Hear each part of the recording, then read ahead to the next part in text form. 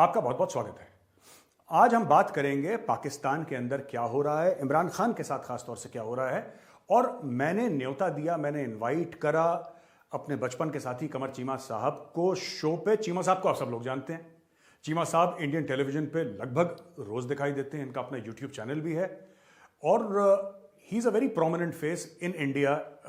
जब हम जियो स्ट्रेटेजी की बात करते हैं, फॉरेन अफेयर्स की बात करते हैं, नेशनल सिक्योरिटी की बात करते हैं। चीमा साहब बहुत बहुत स्वागत है हमारे शो में आपका। जी थैंक यू मेरे साहब, बड़ी मेहरबानी, नवाजिश। जी चीमा साहब, पहला सवाल। ट्विटर स्पेस पे खान साहब आते हैं, करीब 1.5-2 लाख लोग सुन रहे होते हैं और इमरान खान साहब कुछ ऐसी बातें करते हैं जिससे मैं एज एन इंडियन भी शॉक हो गया कि मतलब there are some red lines. एक लक्ष्मण रेखा जिसको हम लोग हिंदी में बोलते हैं, वो लक्ष्मण रेखा पार नहीं करी जाती। खान साहब और उनकी टीम जो है वो लगातार वो लक्ष्मण रेखा पार कर रही है। फॉर एग्जाम्पल, उन्होंने ट्विटर स्पेस पे ये बोल दिया कि साहब कोई अगर एक बंदा कोई गलती करे या गलत हो बंदा, इसका मतलब ये नहीं कि पूरा इंस्टीट्यूशन खराब है। कहने की बात यह है कि अगर जनरल बाजवा गलत था, ये जनरल बाजवा ने मेरे साथ गलत करा, पाकिस्तान तहरीक इंसाफ के साथ गलत करा, इसका मतलब ये नहीं कि पूरी पाक फौज मेरे खिलाफ है या वो गलत है, सिर्फ एक बंदा गलत है। इतनी बड़ी बात खान साहब ने क्यों कही, चीमा साहब? जी मेरे साहब वंस अगेन बहुत शुक्रिया। और आपको पता है आजकल तो इमरान खान साहब वैसे ही सोशल मीडिया के स्टार हैं, और हम तो मजाक में कहते हैं कि इमरान खान साहब को जो है ना वो सोशल मीडिया का वजीर आजम बना दें, क्योंकि इतने पॉपुलर हैं वो वहां पे। तो उनको वहीं पे वजीर आजम बना दें और हुकूमत कोई और कर ले। खैर एनी हो, आज उन्होंने वो जो ट्विटर स्पेस की बेसिकली, अब हर रोज इमरान खान साहब एक नया तरीका ढूंढेंगे कि वो किस तरह रेलिवेंट रह सकें, वो अवाम तक अपनी बात किस तरह पहुंचाएं। पहले तो वजीर आजम थे, मीडिया सुनता था, अब जारी बात है वो टी शर्ट पहनी होती है, नीचे उन्होंने बूट जॉगर पहने होते हैं, साथ एक ट्राउजर पहना होता है, डिग्निटी से भी वैसे मिले जा रहे हैं, सबसे मिले जा रहे हैं। तो अब तो वो जिसे कहते हैं कैजुअल स्टाइल में है, लेकिन साथ ही साथ वो रेलिवेंट रहना चाहते हैं। और इसके साथ साथ आपको पता है वो जलसे कर रहे हैं पूरे पाकिस्तान में। और आज मेरा ख्याल है उन्होंने या कल उन्होंने लाहौर में जलसा करना है। जो आपने खासकर ट्विटर स्पेस की बात की, और जिसमें पर्टिकुलरली उन्होंने कहा कि अगर एक बंदे ने कोई गलती हो जाए तो इसका मतलब ये नहीं है कि पूरा इंस्टीट्यूशन है। जाहिर बात है उनको उन्होंने इमरान खान साहब का जो सोशल मीडिया है, उन्होंने पूरी तौर पे एक फौज के खिलाफ एक मुहिम चलाई। वो मानते नहीं है, लेकिन एक उन्होंने मुहिम चलाई जिसमें उन्होंने पूरे इंस्टीट्यूशन को और खास करके पर्टिकुलरली हमारी स्टैब्लिशमेंट को उन्होंने बड़ा टफ टाइम दिया, और जिससे रैंक एंड फाइल में मसले पैदा हुए कि एस्टैब्लिशमेंट ने तो इनको इतना सपोर्ट किया, लेजिस्लेशन में सपोर्ट किया, इनके पास पैसे नहीं थे, चीन गए, सऊदी अरब गए, यूएई गए, इमरान खान साहब को कौन जानता था लेजिस्लेशन में। इवन के इमरान खान साहब जब इन्होंने वोट ऑफ नो कॉन्फिडेंस लेना था पिछले साल, तो इनको तो वोट ऑफ कॉन्फिडेंस नहीं मिलता था। तो बेसिकली तो एक एनवायरनमेंट इनके लिए बनाया गया था। ये बातें हम 2016-17 में करते थे, लेकिन हमें पता था, लेकिन नॉर्मली हम बात नहीं करते थे। लेकिन इन्होंने खुद ही इतनी ज्यादा तनकीद की स्टैब्लिशमेंट के ऊपर, खासकर जनरल बाजवा के ऊपर, उनकी कैरेक्टर असैसिनेशन की, जिससे जारी बात है कि फौज के अंदर जो भले जो भी हो, एक बड़ी जो तजब्जब पाया गया। और इमरान खान साहब ने बेसिकली डेलिबरेटली, मैं कहूंगा कि जो रिटायर्ड फौजी थे और जो सर्विंग है, उनके दरमियान भी एक डिवाइड पैदा करने की कोशिश की, ये कह के कि जी मुझे फारिग किया गया। और मजे की बात यह है कि पीटीआई और इमरान खान साहब जो सड़क पे, गली मोहल्ले, सोशल मीडिया पे कहते हैं हमें अमेरिका ने निकाला, हमारे खिलाफ साजिश हो गई, अंदर बैठ के ड्राइंग रूम में कहते हैं एस्टैब्लिशमेंट ने हमें जो है वो फारिग कर दिया। सो ये जो चीजें हैं, मैं समझता हूं कि इमरान खान साहब थोड़ी गलती कर रहे हैं। वो समझ रहे हैं कि मैं इतना पॉपुलर हूं कि मैं एस्टैब्लिशमेंट की जरूरत बन जाऊंगा, और जिस तरह ये उनको गलत फहमी हो गई थी। बल्कि ये जो 3.5 साल में तो उनको समझते थे कि मैं ही इंडिस्पेंसिबल हो चुका हूं इस मुल्क के लिए, और बाकी जो सियासी जमातें हैं वो तो इस काबिल ही नहीं है, वो करप्ट है, उनके ऊपर केसेस हैं और ऐसे नहीं हो सकता। तो पता चला कि नहीं, आप इंडिस्पेंसिबल नहीं है इस मुल्क को चलाने के लिए। जिस तरह एस्टैब्लिशमेंट ने और खासकर जनरल बाजवा ने इनकी बड़ी सपोर्ट की, लेकिन at the end of the day Imran Khan साहब के बारे में मशहूर है कि वो किसी के दोस्त नहीं होते, वो किसी का एहसान नहीं रखते, वो बड़े एहसान फरामोश हैं। इमरान खान साहब भले पाकिस्तान के एक पॉपुलर लीडर हैं, आजकल सोशल मीडिया पे आप उनके खिलाफ बात करें, आपको लोग जो है वो खरी खरी सुना देते हैं, लोग आपको अनफॉलो कर देते हैं। आप उनके हक में बात करें, लोग आपको फॉलो करना शुरू कर देते हैं। वो एक उनका क्लाउड जरूर मौजूद है, लेकिन इमरान खान से कुछ गलतियां हो गई हैं, रेड लाइंस उन्होंने क्रॉस कर दी हैं, और उन्होंने एस्टैब्लिशमेंट को और खास करके फौज पे जो तनकीद की है, और ये जिस तरह आपने कहा कि अगर एक बंदा गलती करे, उन्होंने कोई गलती नहीं की जनरल बाजवा ने, वो सिर्फ न्यूट्रल हुए हैं। वो तो आपकी मदद 3.5 साल कर रहे थे, पीछे थोड़ा सा हटे हैं तो आप गिर गए। आपके अंदर तो इतनी कैपेसिटी नहीं है। देखिए मेरे साहब, एक नॉर्मली आप जब कोलेशन गवर्नमेंट होती है, तो कोलेशन गवर्नमेंट के अंदर आपके पास इतना कुछ देने को होता है। आप वजीर आजम हो, आपके पास इतना कुछ देने को होता है, मिनिस्ट्रीज, पैसा, डेवलपमेंट फंड, आप हर चीज कर सकते हो। आप हुकूमत में रह के एज वजीर आजम अपने कोलेशन पार्टनर्स नहीं आप खड़े कर सके, तो आप what to talk of establishment उसमें क्या कर सकेगी? एस्टैब्लिशमेंट का उसमें कोई किरदार नहीं है, जब वो तो आपकी मदद कर रहे थे फॉर। देखिए एस्टैब्लिशमेंट जो है या जो फौज है, मेरे साहब मैं आपको बताऊं, that is a force of stability in Pakistan. वो पाकिस्तान के अंदर जमहूरियत की भी जमानत है। ये जो इमरान खान साहब रिसेंटली कुछ अरसा इन्होंने निकलने से पहले कॉन्स्टिट्यूशन को जिस तरह मुअत्तल करने की कोशिश की और बड़े बड़े इन्होंने कारनामे करने की कोशिश की, ये तो मैं समझता हूं कि पाकिस्तान की फौज एक नए तरीके से सामने आई है, जो कि गारंटर है डेमोक्रेसी के। इस वक्त वो जमाने गए जब मार्शल लगा करते थे, और इमरान खान को भी इस चीज का पता चल चुका है। सो इमरान खान ने बड़ी एक, जैसे आप कहते हैं ना कि वो he was playing below the belt, और वो अपनी पे चेक से बड़ी बातें कर रहे हैं आजकल, जो कि मेरा ख्याल है उनको नहीं करनी चाहिए। अच्छा चीमा साहब, एक बात और बताइए, आपके पहले सवाल से दूसरा सवाल मेरा निकलता है कि देखिए, उनकी हो सकता है कि बाजवा साहब के साथ इख्तलाफात होंगे, और ज़रूर होंगे, मैं मना नहीं कर रहा। हो सकता है इनको लगा कि ये मुझे सपोर्ट कर रहे थे 3.5-4 साल से, अचानक इन्होंने अपना क्यों आशीर्वाद हटा लिया, मुझसे वापस ले लिया। ये भी इमरान खान की शिकायत हो सकती है।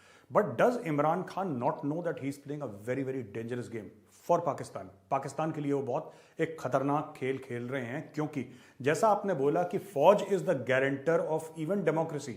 एक्सटर्नल इंटरनल थ्रेट्स एक तरफ, वो तो है ही, वो अंडरस्टूड है, लेकिन उसके अलावा गारंटी और सबसे स्टेबल इदारा, ये मैं भी एज एन इंडियन मानता हूं कि पाकिस्तान का अगर कोई सबसे स्टेबल इदारा है वो पाकिस्तानी फौज है।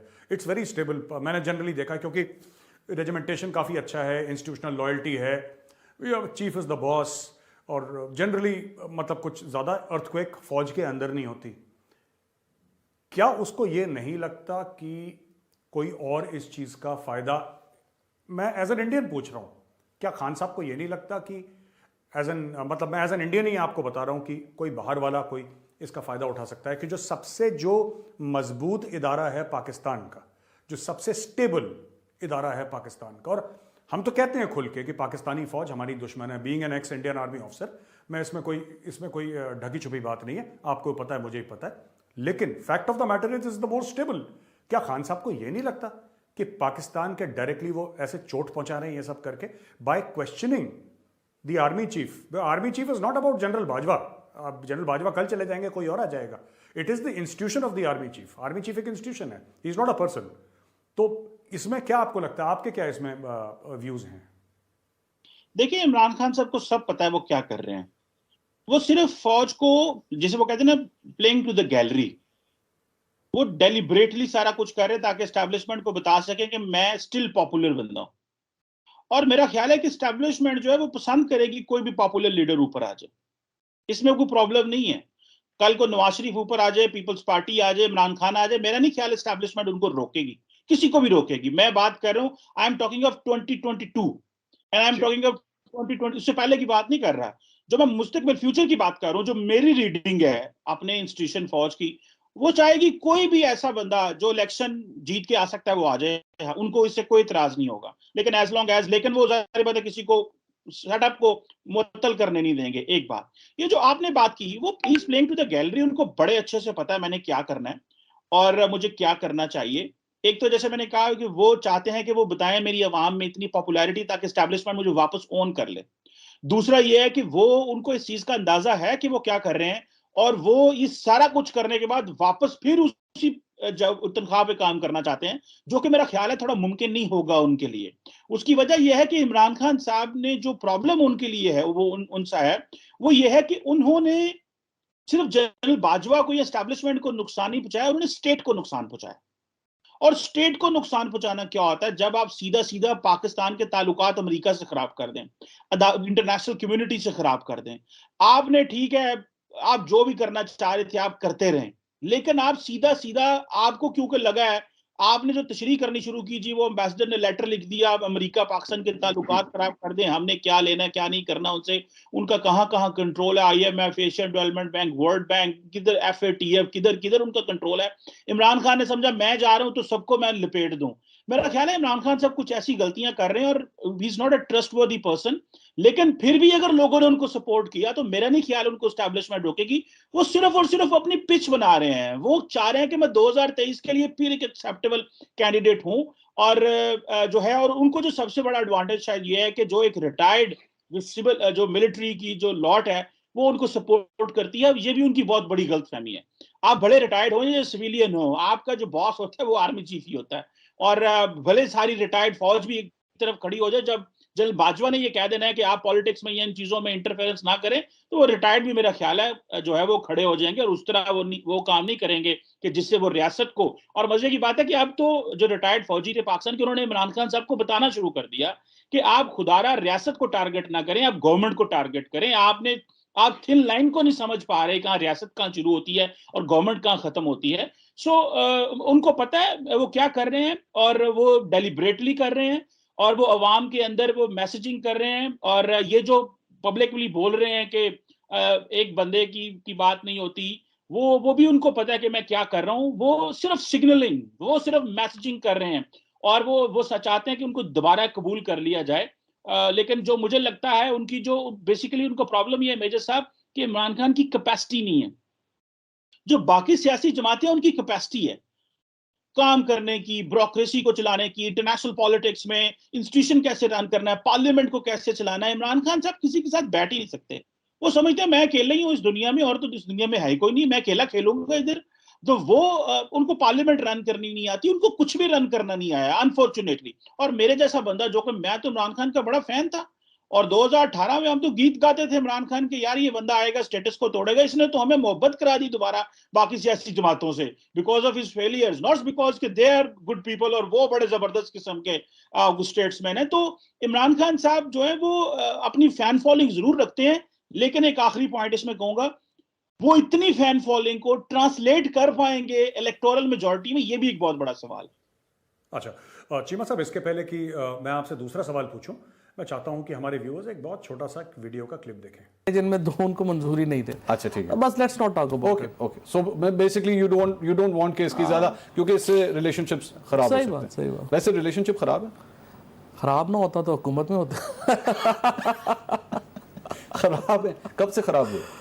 बस कहते हैं ना वक्त करता है परवरिश, बरसों हादसा एकदम नहीं होता। कितने बरसों हुए? तो बरसों तो बहुत पुरानी बात चली जाती है। ये कोई अक्टूबर की कहानी तो नहीं है? अक्टूबर महीने होंगे, महीने होंगे। इसको रिपेयर करने की कोशिश नहीं हुई? बहुत कोशिश है।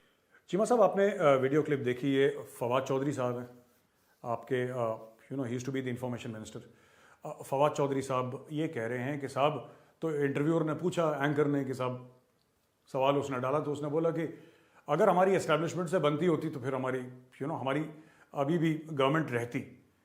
अच्छा, फवाद चौधरी साहब ऑन रिकॉर्ड ये कह रहे हैं कि साहब जो हमारी अगर हमारी फौज से बनती तो हमारी सरकार अभी तक बनी रहती। वहां पे इमरान खान साहब कह रहे हैं कि अमेरिकन ने वो बैग भर भर के करोड़ों रुपए दे दिए और अमेरिकन ने साजिश कर दी। तो इसका क्या मतलब, ये दोनों मिलकर क्या बोल रहे हैं कि पाकिस्तानी फौज और American they are hand and glove, ये मिले हुए हैं, इमरान खान के खिलाफ साजिश कर रहे हैं, या इमरान खान साहब कुछ और कह रहे हैं, उनकी टीम को पता ही नहीं है कि क्या चल रहा है? क्योंकि ये बिल्कुल इन्होंने मुख्तलिफ बयान दिया है कि फौज ने हमें हटाया है, फौज ने हमें हटाया है। This is something that this person has said. ये अपने जो फवाद चौधरी साहब है, इमरान खान ये नहीं कह रहे फौज ने हटाया, वो फौज के साथ फौज की तनकीद कर रहे हैं, आर्मी चीफ की तनकीद कर रहे हैं, पर वो कह रहे हैं कि इंटरनेशनल कॉन्स्पिरेसी है, वो कह रहे हैं अमेरिका ने हटाया मुझे। तो चक्कर क्या है इसके पीछे चीमा साहब? देखिए, काफी अर्सा पहले ना लोग मुझे सहाफी, जो बड़े सीनियर सहाफी हैं, तो अच्छे दोस्त हैं, तो कभी वो बैठते तो बातें होती थी, वो मुझे कहते थे यार इमरान खान बड़े झूठ बोलता है। मैंने कहा नहीं यार, आप लोग जो है ना, आप वैसे सहाफी हो तो नफरत है आपको इमरान खान से, वो स्टेटस को का बंदा है, वो तोड़ रहा है, ये कर रहा है, वो कर रहा है। लेकिन अब क्योंकि थोड़ी सी मेरी भी समझ बूझ बढ़ गई, पढ़ना ही शुरू की, उनको बड़ा क्लोजली ऑब्जर्व किया, तो मुझे वाकई अंदाजा हो गया कि इमरान खान साहब बहुत झूठ बोलते हैं। और वो इसको कॉन्टिन्यूसली वो समझते हैं ये उनका ट्रेट है, क्योंकि इतनी जहालत है और इतनी मासूमियत मैं कहूंगा साथ में, और इतने लोग उनसे मोहब्बत करते हैं कि वो जो कहते हैं लोग वो मान जाते हैं। देखिए जो वो क्या नाम है, फवाद चौधरी साहब जो हैं वो खुद बड़े एस्टैब्लिशमेंट के करीब हैं। ये पिछले अक्टूबर से लेके अभी तक तो सारे फायर फाइटिंग कर रहे थे। कोई जाता था जीएचक्यू, कोई पैगाम लेके फिर वापस आता था, और इमरान खान साहब के बारे में मशहूर है कि वो हर दफा वादा तोड़ देते थे। और एस्टैब्लिशमेंट कुछ नहीं इनसे मांगती, यही एस्टैब्लिशमेंट से कुछ मांग रहे होते थे। कोई इंटरनेशनल स्टेज पे कुछ सपोर्ट, कोई आईएमएफ के हवाले से कहीं पे कुछ सपोर्ट, क्योंकि वो जारी बात है एक ही अदारा था जो क्रेडिबल था, जिसकी रिट थी, तो दोबारा दोबारा उन्हीं के पास जाना पड़ता था। सो जो फवाद चौधरी कह रहे हैं वो बात तो सही है, बल्कि अब मजे की बात बताऊं, इससे थोड़ा पीछे ले जाऊं। इमरान खान साहब और उनकी मिनिस्टर श्री मजारी साहबा, वो तो कहती हैं जनाब कि एस्टैब्लिशमेंट ने हमें 3 चॉइसेस भेजी, जो कि झूठ हैं, कि जी आप इलेक्शन करवा लें, आप इस्तीफा दे दें, आप वोट ऑफ नो कॉन्फिडेंस करा लें। अब मजे की बात यह है कि ये इमरान खान ने उनसे रिक्वेस्ट की, लेकिन वो कहती है नहीं, उन्होंने एस्टैब्लिशमेंट ने हमें कहा। हालांकि इन्होंने प्राइम मिनिस्टर ऑफिस ने रिक्वेस्ट की जनरल बाजवा के ऑफिस से कि ये जो वोट ऑफ नो कॉन्फिडेंस आया है, इस पे जो है वो कुछ करें, हमारी रहनुमाई मदद करें। उन्होंने कहा हम ठीक है ऑपोजिशन को पूछ के आपको बता देते हैं कि अगर आपकी इतनी, आप उनसे बात भी नहीं कर सकते क्योंकि इनका level of political communication opposition से इतना, ये तो उनसे बात भी नहीं करते। अब आप इमेजिन करें, बीच में एस्टैब्लिशमेंट को ले आते हैं और फिर कहते हैं कि जी आप फौज को क्यों लेके आ रहे हैं। और अब देखिए फवाद चौधरी ये कहते हैं कि बेसिकली इमरान खान ने ये ऑप्शन दी है, ये एस्टैब्लिशमेंट ने हमें ऑप्शन नहीं दी। अब वो अपनी फॉरन जो श्री मजारी जो है उनके बारे कह रहे हैं कि वो झूठ बोल रही है, इमरान खान साहब झूठ बोल, ये आज उन्होंने कहा, ठीक है। सो पॉइंट ये है कि एक तो ये हो गया, इस्टेब्लिशमेंट इनको कोई ऑप्शन नहीं दिए थे, ये प्राइम मिनिस्टर ऑफिस ने रिक्वेस्ट की थी, उन्होंने कहा जी कि ये 3 चीजें इनमें से कोई एक कर लें। तो अब इन्होंने कह दिया जी कि मुझे, उन्होंने एस्टैब्लिशमेंट, मेरे पास 3 ऑप्शन। तो अब देखिए इतने, तो फिर एस्टैब्लिशमेंट तो फिर बोलती नहीं है, फौज तो रोजाना प्रेस कॉन्फ्रेंस नहीं करती, वो तो फिर एक दफा ही बोलते हैं, महीने में कभी कोई प्रेस कॉन्फ्रेंस होगी तो उसमें अपना मौकफ रख देते हैं। ये तो हर वक्त सोशल मीडिया पे चढ़े रहते हैं, जो मर्जी उनके बारे में बोल दे। वो फिर भी इनकी शर्म लिहाज दीद कर देते थे, यार वजीर आजम है, एक्स प्राइम मिनिस्टर है, छोड़ो यार क्या बंदा कर रहे हैं अब इसको। और जो दूसरी बात आप जो कर रहे हैं उसमें वो कह रहे हैं कि देखिए मेरे साथ बिकता क्या है, पाकिस्तान में क्या बिकता है इस वक्त। एंटी इंडिया का नारा इमरान खान नहीं बेच सकते, क्योंकि इमरान खान, ये इतना पुराना नारा हो चुका है। मैं तो कहता हूं इंडिया में बिक सकता है एंटी पाकिस्तान, ये आज पाकिस्तान में एंटी इंडिया नारा नहीं बिकता। मोदी साहब आज भी वजीर आजम बन जाते हैं एंटी पाकिस्तान नारा मार के, लेकिन पाकिस्तान का वजीर आजम एंटी इंडिया नारा मार के आज वजीर आजम कोई नहीं बन सकता, क्योंकि माहौल बदल गया। इमरान खान साहब ने तो वो मेजर साहब सियासत की है कि उन्होंने तो पकड़ के, जो जैसे कहते हैं ना, वो मजहबी जमातें जो पाकिस्तान की किया करती थी माजी में, कभी जाके सड़कों पे निकलना, अमेरिका के बारे में नारे मारने, फौज के बारे में, एस्टैब्लिशमेंट के बारे में नारेबाजी करनी, इमरान खान ने तो वो काम शुरू कर दिया। और उनको पता, देखो यही अच्छा तरीका है। सो उन्होंने कहा ना फौज को कुछ कहो, ना इंडिया को कुछ कहो, नहीं चलेगा। ज्यादा बेहतर तो ये है कि आप अमेरिका के जो है ना वो पढ़ जाओ, और वही उन्होंने किया। सो ये एक सिंपल सी बात है, एक जिसे कहते हैं उनको एक अच्छा सेफ एग्जिट मिल गया अवाम में, कम से कम लेके जाने का। वो अवाम, उनको एक बहाना मिल गया है, वो बता सकते हैं कि मुझे क्यों फारग किया गया। वो हमारे साबिक वजीर आजम थे, वो सवाल किया करते थे मुझे क्यों निकाला। तो ये इनके फॉलोअर कहते हैं कि इमरान खान ये बता के गया कि मुझे क्यों निकाला। तो ये जो है ना इस तरह की, वो सिर्फ इसको जिसे बोलते हैं ना स्ट्रेटेजिक कम्युनिकेशन, ये कम्युनिकेशन के किंग है इमरान खान साहब। तो नैरेटिव उन्होंने अपना बना लिया, और फवाद चौधरी साहब ने वो सारे उस गवारे से हवा निकाल दिया आज। अच्छा चीमा साहब, नेक्स्ट क्वेश्चन थोड़ा सा, you know, it can be a little controversial also. मुझे कई पाकिस्तानियों ने यह भी बताया है, जो मेरे दोस्त हैं, मेरी 4-5 से बात हुई, and they said that they believe, या इमरान खान बिलीव्स, ये भी चक्कर है ना कि वो या तो वो मानते हैं या इमरान खान मानते हैं, कि पाकिस्तानी फौज के 2 हिस्से हैं। एक हिस्सा जनरल बाजवा के लॉयल है, जो कि इमरान खान के खिलाफ है, और दूसरा हिस्सा जनरल फैज़ हमीद, जो पहले DGISI थे, जो इमरान खान के काफ़ी क्लोज माने जाते थे, जिसको इमरान खान कह रहा था कि हम इनको आगे तक चलाना चाहते हैं, फिर वो कंट्रोवर्सी हो गई। एक वो धड़ा है, और लोगों का ये कहना है कि जो जैसे इमरान खान ने पेशावर में इतनी बड़ी भीड़ आ गई, वहाँ पे इतनी बड़ी भीड़ आ गई, तो इट इज़ नॉट पॉसिबल कि जब तक वहाँ पे आपके जो, क्योंकि फैज़ हमीद साहब वहीं पे हैं, ही इज़ GOC इन पेशावर, तो बोला कोर कमांडर है वहाँ पे, तो अगर कोर कमांडर वो वहाँ पे नहीं हेल्प करते तो इतनी भीड़ नहीं आती। तो क्या सच्ची बात क्या है पाकिस्तान की, मुझे नहीं पता, पर मुझे पाकिस्तान से कॉन्ट्रडिक्टरी कन्फ्लिक्टिंग व्यूज आ रही हैं। एक कह रहे हैं नहीं पाकिस्तानी फौज यूनिफाइड है, सिंगल एंटिटी है, दूसरे लोग कह रहे हैं कि नहीं साहब इसमें तो एक फैक्शन बाजवा फैक्शन है, एक फैज हमीद फैक्शन है। सच्चाई क्या है चीमा साहब? देखिए मेरे साहब, ये सारा देखिए सोशल मीडिया के कमाल है, और ये इमरान खान साहब के जो हायर्ड बॉट्स है ना, जिनको हम वो कीबोर्ड वॉरियर्स कहते हैं, ये सिर्फ उनकी गेम है। और कुछ सहाफी होंगे जो मिसगाइडेड मिसाइल होंगे, कोई इधर चल गया कोई उधर चल गया, कोई पता नहीं क्या कर रहे हैं।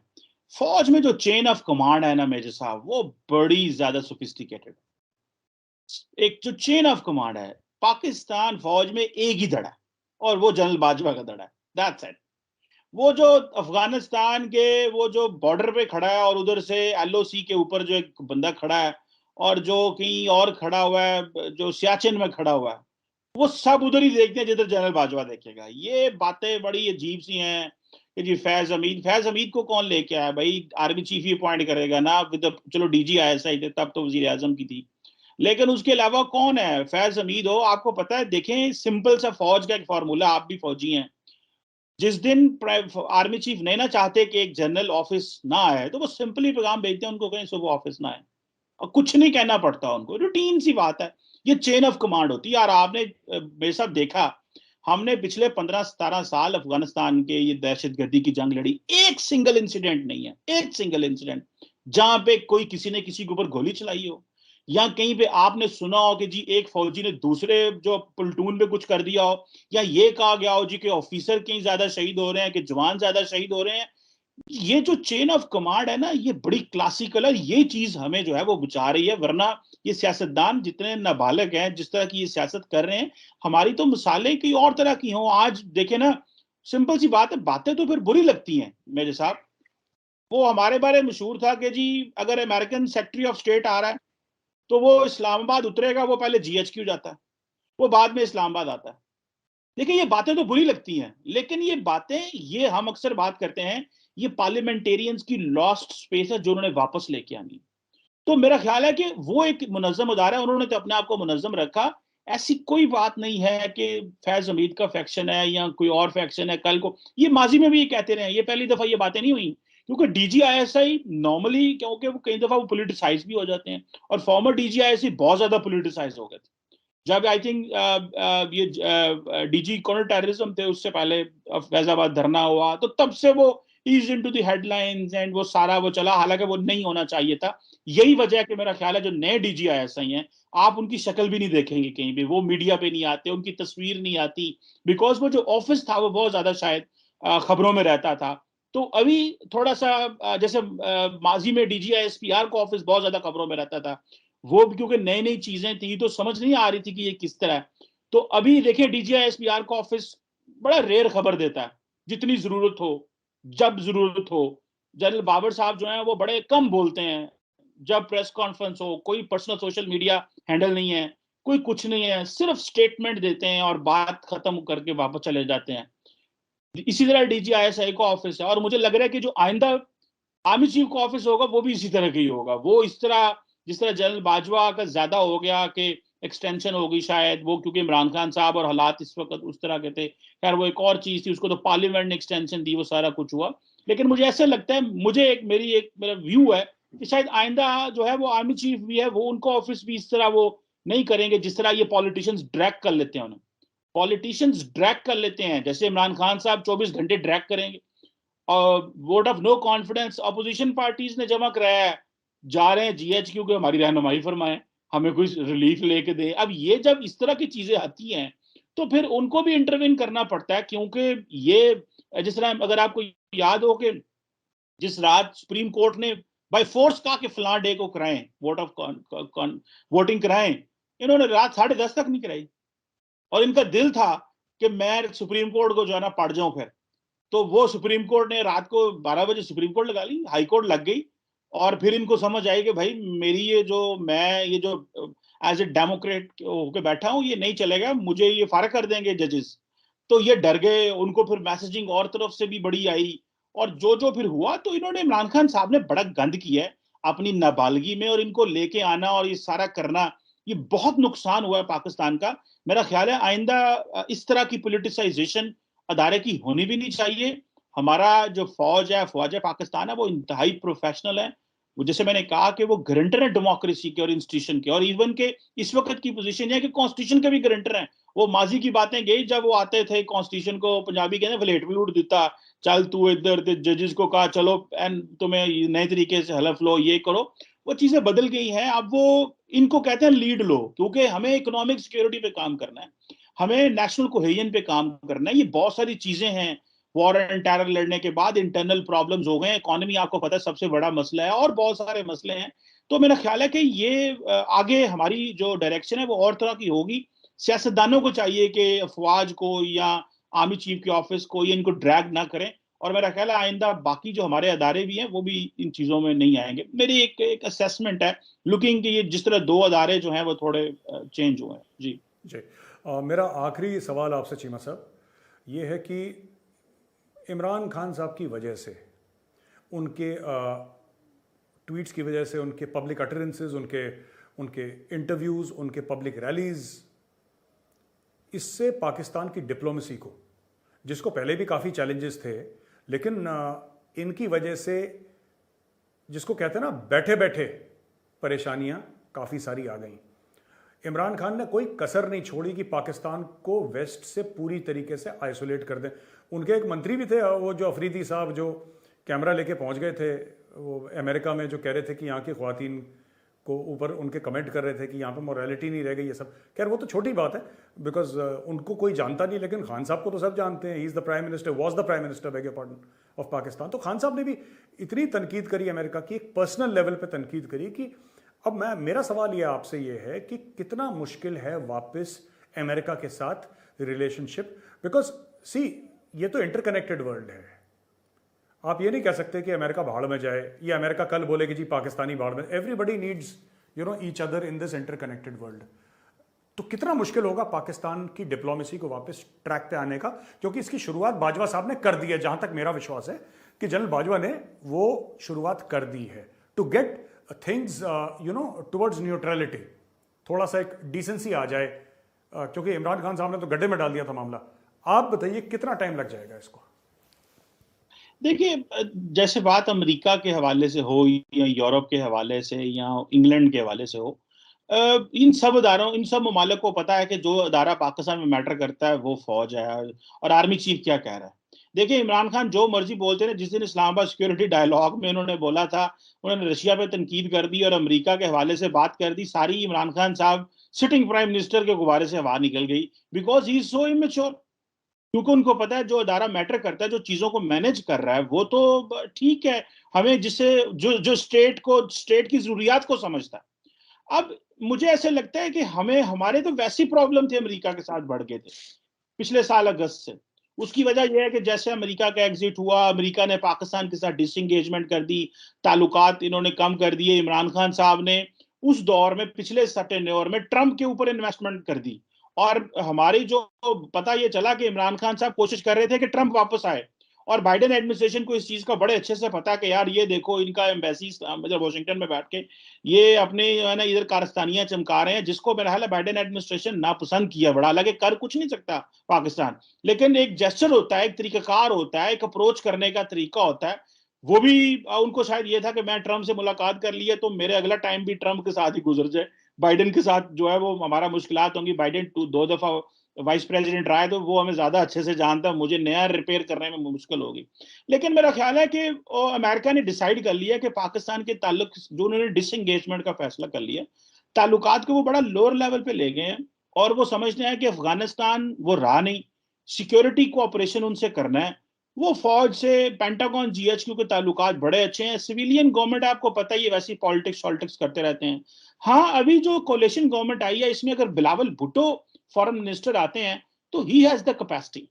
ये जो पीपल्स पार्टी है, मेरे साहब, ये मैं बात बताऊं आपको, इनके पास इनकी वजह से कहते हैं ना, टोपी के अंदर कोई ना कोई चीज होती है, ये कुछ ना कुछ गेम कर जाते हैं। ये अगर कुछ कर नहीं सकते तो अगले को मुश्किल में डाल देते हैं कि वो कुछ करे, अब उसको अंदर हलचल मचा देते हैं। अगर आपको याद हो कि जब ये प्राइम मिनिस्टर या प्रेसिडेंट थे तो 2 दफा इंडिया आ गए, बिलावल को भेज दिया, श्राइन डिप्लोमेसी कर ली, मनमोहन सिंह को लंच पर बुलाना पड़ गया। तो इस तरह की चीजें, तो ये इन चीजों के बड़े एक्सपर्ट हैं, ये बिलावल के जो फादर है जरदारी साहब। सो मेरा ख्याल है कि ये वो चीजें रिपेयर कर सकते हैं जो इमरान खान ने डैमेज किया है। शायद फौज को भी इस चीज में मदद मिलेगी, इनके ताल्लुकात अगर रिपेयर करने में। अगर अगर बिलावल भुट्टो फॉरेन मिनिस्टर आते हैं, वो हिना रबानी खैर भी सही है। सो ओवरऑल हमारे वेस्ट से ताल्लुकात खराब हो गए, इस्लामोफोबिया की अननेसेसरी डिबेट शुरू कर ली। हम जो है वो सारा टाइम दुनिया को, कहीं कहीं को वाकया हो जाता है, हमारी तरफ से स्टेटमेंट शुरू हो जाती हैं, वो उधर क्यों हो रहा है, इस्लाम को उधर खतरा हो गया, इस्लाम को उधर खतरा हो गया। इंग्लैंड वालों के साथ मामलात हमारे वैसे गैर जरूरी खराब हो गए। मेरा ख्याल है वो जाना चाहते थे, रशिया की वजह से तो जो चीजें खराब हुई। सो मेरा ख्याल है वो बाजवा साहब ने जो इस्लामाबाद सिक्योरिटी डायलॉग में थोड़ी चीजें स्ट्रेट लाइन कर दी थी, उससे बहुत फर्क पड़ा था। इमरान खान साहब चले गए हैं, अब चीजें रिपेयर हो सकती हैं, लेकिन एक बहुत बड़ा क्वेश्चन है, that is the question of capacity. कितनी कैपेसिटी है हमारे अंदर in terms of economic engagement, in terms of public diplomacy, in terms of people to people contact। और असल में तो जो बात है कि आज के दौर में जो एक जिसे कहते हैं ना कि इंगेज करना हो, तो हमें किन लाइंस पे इंगेज करना है और हमारे स्टेट के अंदर कितनी कैपेसिटी है, फिर चाइना फैक्टर भी है। लेकिन चीजें रिपेयर हो सकती हैं अगर इमरान खान साहब ने फॉरेन पॉलिसी भी अपने डोमेस्टिक पर्पसेस के लिए इस्तेमाल जो करते रहे। अब शायद वो मेरा ख्याल है नहीं होगा, तो कुछ ना कुछ फर्क पड़ेगा और बेहतर होंगी चीजें। Thank you very much Cheema साहब, बहुत बहुत धन्यवाद आपका, आपने हमें ज्वाइन करा और आपने बिल्कुल जिसको कहते हैं कि you put things in the correct perspective, और आपका बहुत बहुत धन्यवाद, आपने हमारे लिए समय निकाला। दोस्तों, कमर चीमा साहब के साथ हमने काफ़ी सारी चीज़ें डिस्कस करी और बहुत ही जल्द हम एक नए एपिसोड के साथ आपके लिए हाजिर होंगे। हमारे चैनल को लाइक करिए, सब्सक्राइब करिए और बेल आइकन दबाना बिल्कुल मत भूलिएगा। जय हिंद।